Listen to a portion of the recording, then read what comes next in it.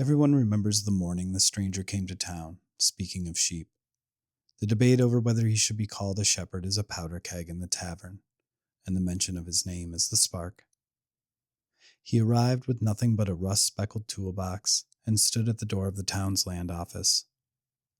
Dust shimmered in a single beam of sunlight in the cramped office. The land agent, a man with thinning gray hair, glasses on the tip of his nose, and a smoldering pipe, peered up from his desk. The man explained he wanted to buy the vacant plot in the hills above the town. Depends. Depends on what? What do you intend to do with this land? I'd like to raise sheep. Wolves. No, sheep. The land agent raised an eyebrow. I ain't hard of hearing. I said wolves. He stood and traced exaggerated, dramatic circles around both areas on the map hung behind him, as though the man were dim. These woods have wolves, he said in a slow, staccato rhythm. Wolves eat sheep. You can't have sheep there. Have a nice day. He sat and returned to his paperwork. The stranger didn't move. Can I buy it anyway? Do you have sheep? I'll find some. You don't have a place to live. I'll build one. After the land agent had exhausted all of his questions, he drew up the land deed. People from the town he came from asked the same questions. He didn't let them anger him the way they used to. The questions are ghosts, phantoms lurching outward, grasping for him under the guise of protection.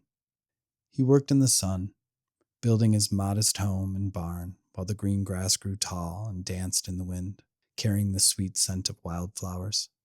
The townspeople paused on occasion to watch his progress in the hills, offering reactions he would never know. When he walked down the road to town, he was kind to those he met, and they were cordial in return.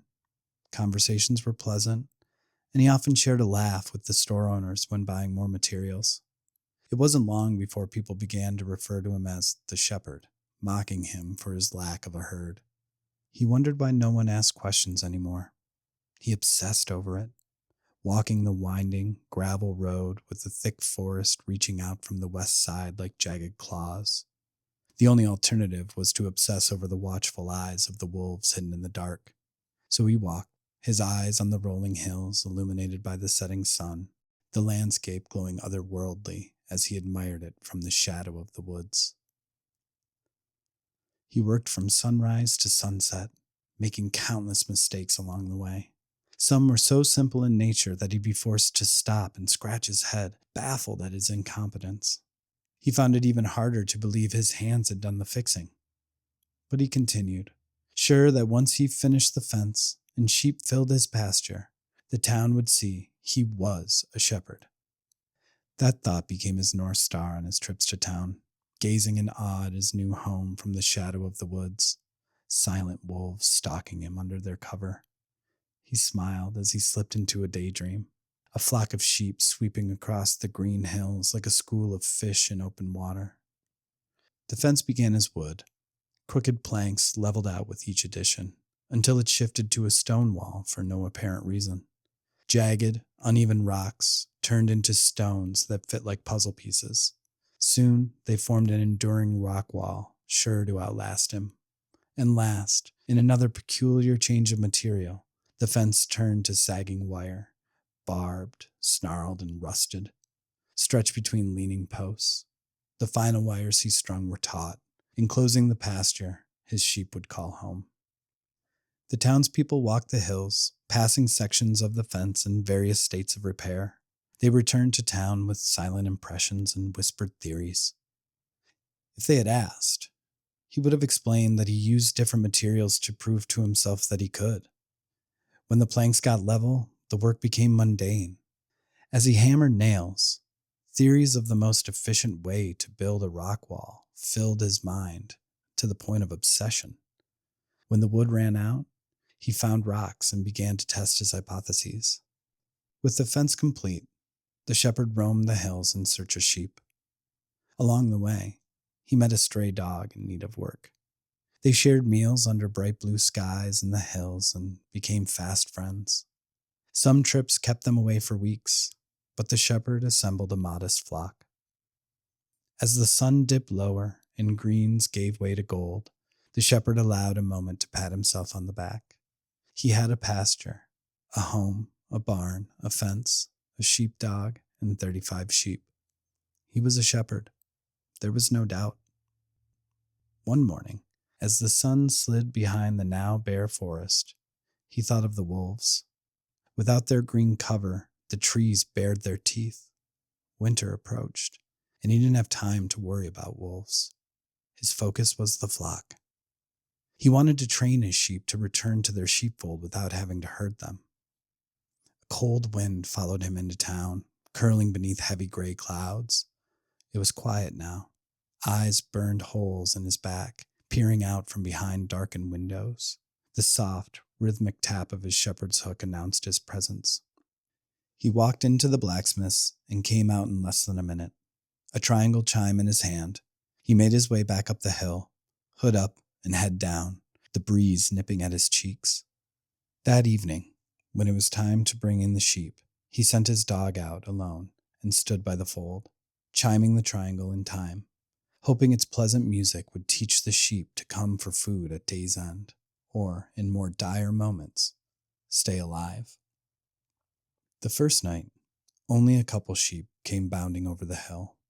The second night, none came. Too far out to hear, the shepherd reasoned. On the third night, after a few minutes of ringing, the entire flock came over the rise. Pride swelled in the shepherd's chest, only to drain to his gut when he spotted a wolf, nose inches off the ground, sniffing the fence line for weakness. The shepherd straightened. The wolf froze, locking eyes with him, beginning an arrogant, deliberate trot, never looking away. His dog snarled from the other side of the fence as the sheep began to scatter in fear. The shepherd wasn't ready for this fight. He dashed to his barn and grabbed an old dinner bell. Back outside, he swung it over his head in furious arcs, a guttural cry ripping from his throat. The wolf bolted until the darkness of the woods consumed it. His dog's barks echoed across the pasture into the night. That night, he collapsed onto his straw bed. Were the sheep coming to the chime or fleeing from the wolf? The wolf came to the triangle and ran from the bell. The shepherd made a decision. He would train the sheep with the bell. He would teach the wolves to fear it. Whether or not a bell could serve this dual purpose was a question he intended to answer. The gray buildings bloomed into gold in the rising sun as he walked into town. Soon after, he came back up the road, a bundle of lumber under his arms. White plumes of breath drifted behind him in the cold, sunlit air. A few early risers in town caught a glimpse as he passed by with wood. By mid-morning, everyone had made up their mind. The shepherd was fixing his fence. As the shadows grew long that afternoon, the woman who lived in the cabin in the woods rounded the bend to the shepherd's pasture. Though they were each other's closest neighbors, they had never spoken. She halted when she saw him not tending to his flock, not repairing his fence. He was digging. Mounds of dirt surrounded the shepherd. His back hunched as he worked to carve a hole into the earth. He stood and stretched when he caught her in his periphery. He wiped his brow with the back of his hand, smearing dirt across his forehead. He lifted a hand to block the orange sun as it teetered on the edge of the forest, hungry for light. Her face came into focus, half-lit and watchful, and his dust-caked face broke into a warm, easy grin. He waved. The woman raised her hand in return and flashed a smile before walking down the hill. His dog barked. The shepherd turned to the sheepfold and fetched the dinner bell. The woman flinched when the violent clang echoed through the hills. She paused, her heartbeat thumping in her ears, expecting the soft chime of a triangle. Another sharp ring, as she heard a rustle in the woods behind her, followed by a guttural, canine whine. Gravel crackled underfoot as she quickened her pace toward town. The few sheep that came to the triangle scattered over the crest of the hill at the clanging. The shepherd expected this. He rang it again. A wolf trotted, cocksure, along the fence as it had the day prior. He slung the bell in wild arcs over his head, and once again the wolf darted for the woods. The shepherd smiled as the tree swallowed it, and the flock came bounding in from the pasture. His dog barked, short and sharp, before skittering into view with its tail between its legs. The dog veered left as a lone wolf burst from a weak spot in the fence in pursuit of the flock. He rang harder. He screamed till his throat burned. It was no use. Tears cut bright trails through the dirt on his cheeks as the wolf took down one of his sheep in the pasture. The wolf licked the blood from his paws, belly full, and stared at him. He stared back, unmoving, until the wolf spun and trotted off into the woods. The shepherd sat in the grass for a long time, gnashing his teeth. When word spread about what the woman witnessed, the townspeople turned their eyes to the pasture. No one could make sense of it. Why wasn't he fixing the fence? He marched to town, snarling breath hissing from his nose. His eyes scanned the tree line. He seethed. He stomped to the blacksmith door and knocked. A moment later, it creaked open a sliver, revealing his weary face. Closed. The blacksmith looked him up and down, covered in filth. I need a bigger bell. Don't have one. Good night. The shepherd caught the closing door with his foot and peered over the blacksmith's shoulder. I want that bell. The bell was substantial, heavy, its bronze surface black with soot in places and tarnished in others. A hairline crack serpentined across one side. That hung in a chapel that burned down years ago. What use do you have for a bell like that? Holding mass for your sheep? The blacksmith chuckled at his joke and lit his pipe. Is it for sale? Well, the blacksmith took a long draw from his pipe. His dark eyes narrowed, darting between the bell and the shepherd. 2 white streams of smoke fell from his nostrils. I suppose so. It'll need some repair if you want it to ring, and I'll have to arrange delivery. He rubbed his chin with his thumb and forefinger. I could have it to you in 1 month. 1 month. He stared at the blacksmith for a beat and handed him a sack. Deal. Yes, sir. The blacksmith peeked into the sack and nodded as a quick snarl escaped his lips as though catching the scent of an easy meal on the wind. 1 month. Thank you. The shepherd turned on his heel and made his way out of town, lantern clanging at his side. The blacksmith stood in his doorway, watching him. The general store owner stepped outside, glanced from the shepherd to the blacksmith, and raised a puzzled brow. The blacksmith shrugged and closed the door. The townspeople peeked through their curtains, watching the orange glow of his lantern fade into the dark. He was already working when the sun rose over his pasture, beginning a daily routine the townspeople would come to know well. Each morning, he rose before dawn and worked in the cold, damp barn by the light of his lantern. The scent of hay and earth hung in the air as he measured lengths of the rope, sorted heavy chains, and cut and smoothed wood. By week's end, both thumbnails were purple, his hands stiff and blistered, riddled with splinters. Yet every morning, he worked as the sun rose, listening to his dog's slow, steady breathing as it curled up in the entryway. At noon, the shepherd made a daily pilgrimage into town while the sheep grazed. That first week, the townspeople gaped at his physical deterioration. They gawked at his hands, aging a decade with each passing day. The shepherd always smiled, nodded, and said hello. And once he passed, they bustled in his wake, whispering theories about what in the hell he was doing up there. He spent his afternoons digging and moving earth, the sun hot on his shoulders. His fingernails grew jagged, caked with dirt like long-buried arrowheads worn down by time. He thought of the townspeople as he worked. He laughed as he wondered what they must feel, what they must say about his existence. The dog tilted his head, confused, and let out a whine. The man let out a belly laugh. Yup, he said. That about sums it up. He shook his head and went back to work. He kept at it until the black spiderwebs of forest shadow crept across his pasture in the dying light. By the third night, the townspeople were expecting the bell. They moved to their chosen vantage points, watching the carnage in disbelief. The wolves emerged from the woods, tongues smacking. One by one, they broke off, circling the fence at quiet, measured intervals. The bell rang and rang and did not stop them. As the wolves took their posts, the sheep began to bleat and scatter. The shepherd's dog, unshaken and vigilant, worked the flock the best he could while the shepherd shook the bell with desperate force. The wolves breached the fence all at once. They fanned out and fell into stride behind the herd, closing the gap in a silent, confident advance. Night after night, the shepherd's flock shrank. He swung the bell over his head as he locked the surviving sheep into the fold. He watched the wolves feast in his pasture. They ate until nothing but crimson-stained wool surrounded them, and the sky turned black as they made their retreat into the woods. He would wait for the soul-haunting howl that would echo from its depths. His return scream of agonized rage marked the end of the night's terror. This was the pattern. Every day, all day, the townspeople grew bolder. They altered their walking routes, timing them for when the shepherd was away from the sheepfold, desperate to know what mystery he was digging up. What could be more important than fixing his fence, than saving his sheep?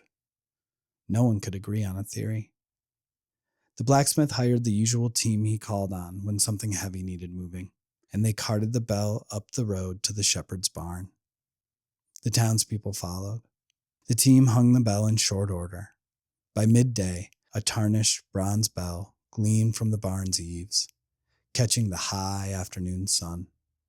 The shepherd stood below it, marveling at the new bell, smiling as the moving team returned to town.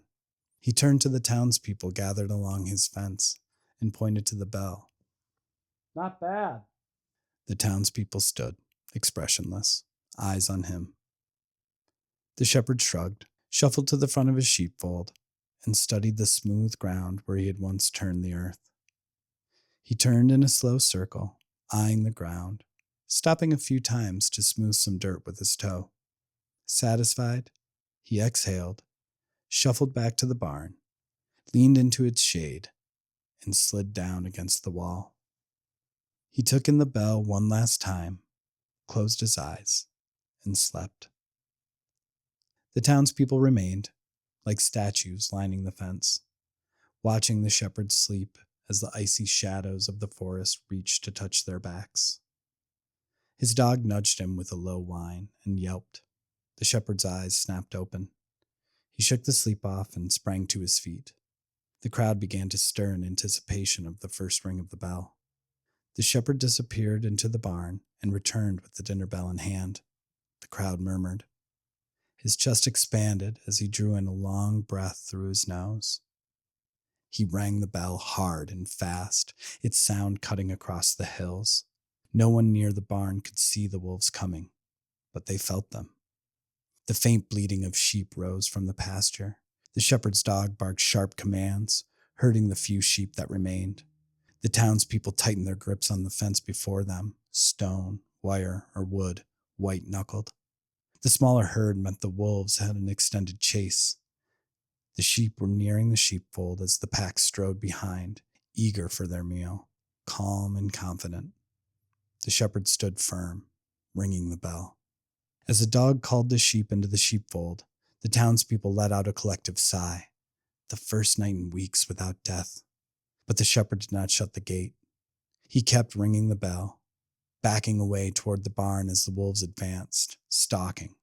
Their bodies sank, shoulder blades rising with each step, eyes locking on the sheep. The shepherd reached the barn door. He rang the bell once more, mouthing something to himself. He vanished into the barn and hurled his scant weight into the bell pull. The dinner bell gave a hollow clang as it hit the dirt. For a moment, the world stood still. The enormous bell rang out, a thunderous gong that sent wolves flinching and townspeople clapping hands to ears. As the bell swung back, the taut line jerked a lever upward. A chain shot through a groove in the earth, linking the barn to the sheepfold. Wooden spears burst from the earth, their tips dripping with wet, tar-like mud, circling the pack of wolves as the bell let out an echoing chime. One wolf darted for the woods and yelped as a sharpened tip tore into its belly. The pack froze a moment before it erupted in snarls and howls. The shepherd stood in the doorway of the barn, his silhouette bathed in sunlight, stone-faced. His chest rose and fell in a smooth rhythm. His dog sat at his side, looking up at him. He scanned the wolves, caged but alive, for a moment before he turned to the silent crowd. His expression softened. He smiled the same way he always had. He raised a hand and waved as if it were a typical afternoon, as if this were just another day. Sweat shimmered on his brow in the light that now seemed cast only for him. The townspeople gave no reaction. There was no applause, no cheers, only silence. At the back of the crowd, he spotted a hand above their heads in greeting. The shepherd squinted into the beams of forest-filtered sunlight, and there she stood, the woman, his neighbor. The corners of his mouth pulled closer to his ears in a warm smile. He watched them go, eyes on her until she disappeared down the hill. He looked down at his dog, whose body gave an expectant wiggle before the shepherd scratched him behind the ears. He gazed out over his pasture, golden in the setting sun. He exhaled. Let's get to work on that fence.